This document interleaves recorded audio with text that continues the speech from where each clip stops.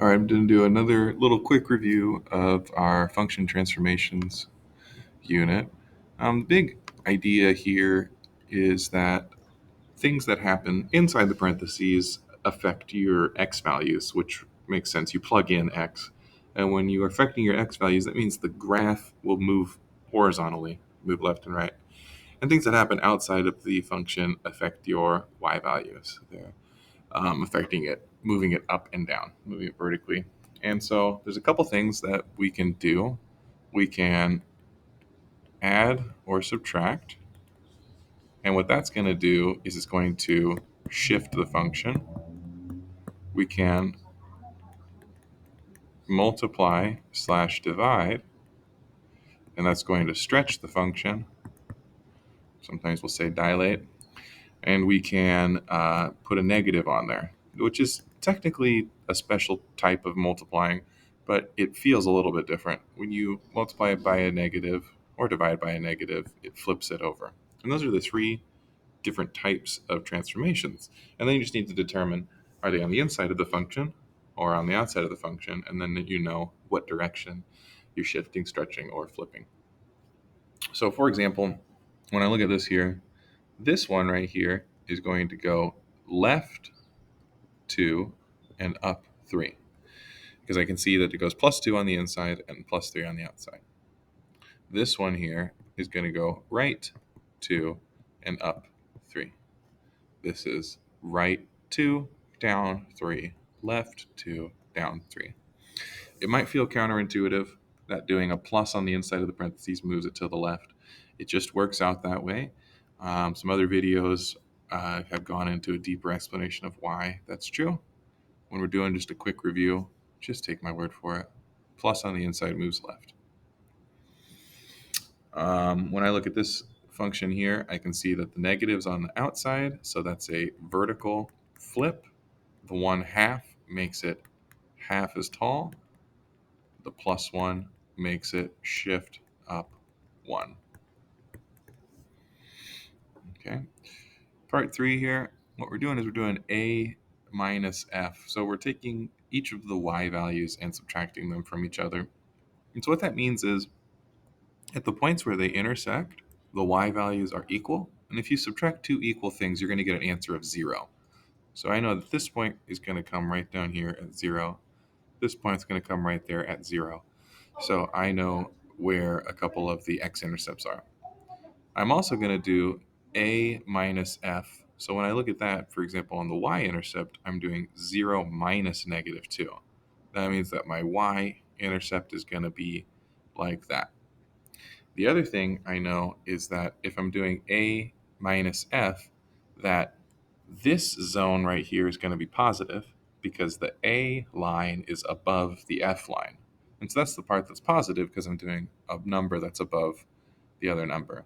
For all the other regions, the values are going to be negative because a minus f is taking a lower y value and subtracting a higher y value.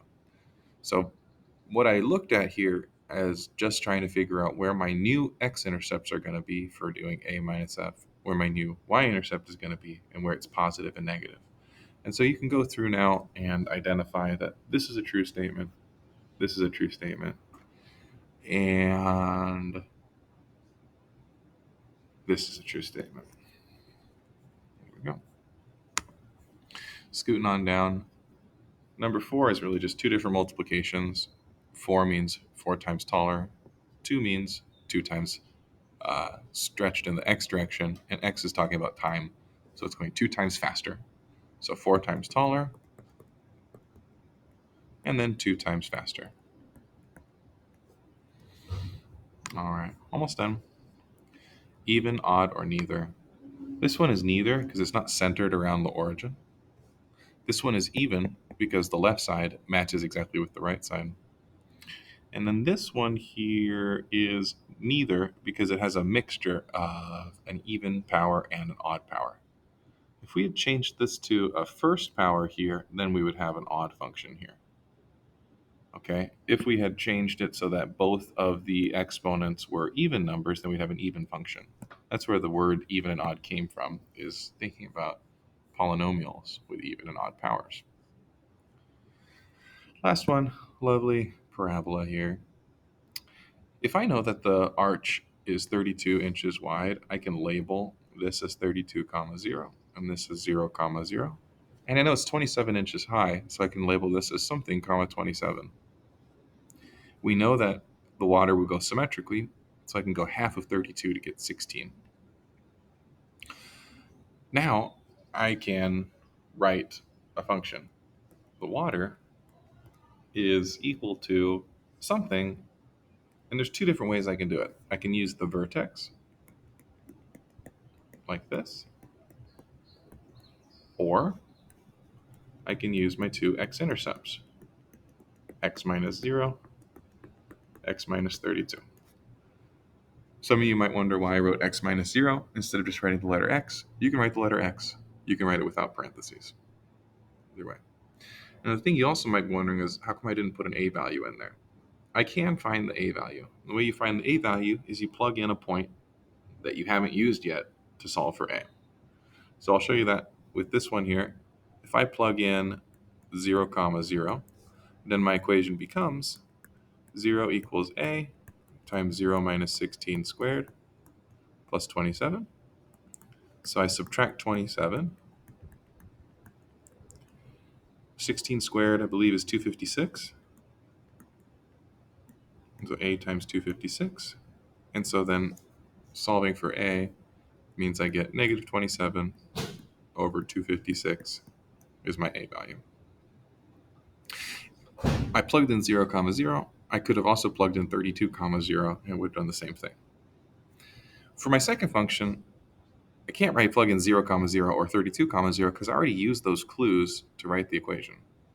I could plug in 27 and 16 because I haven't used that yet to write my factored form.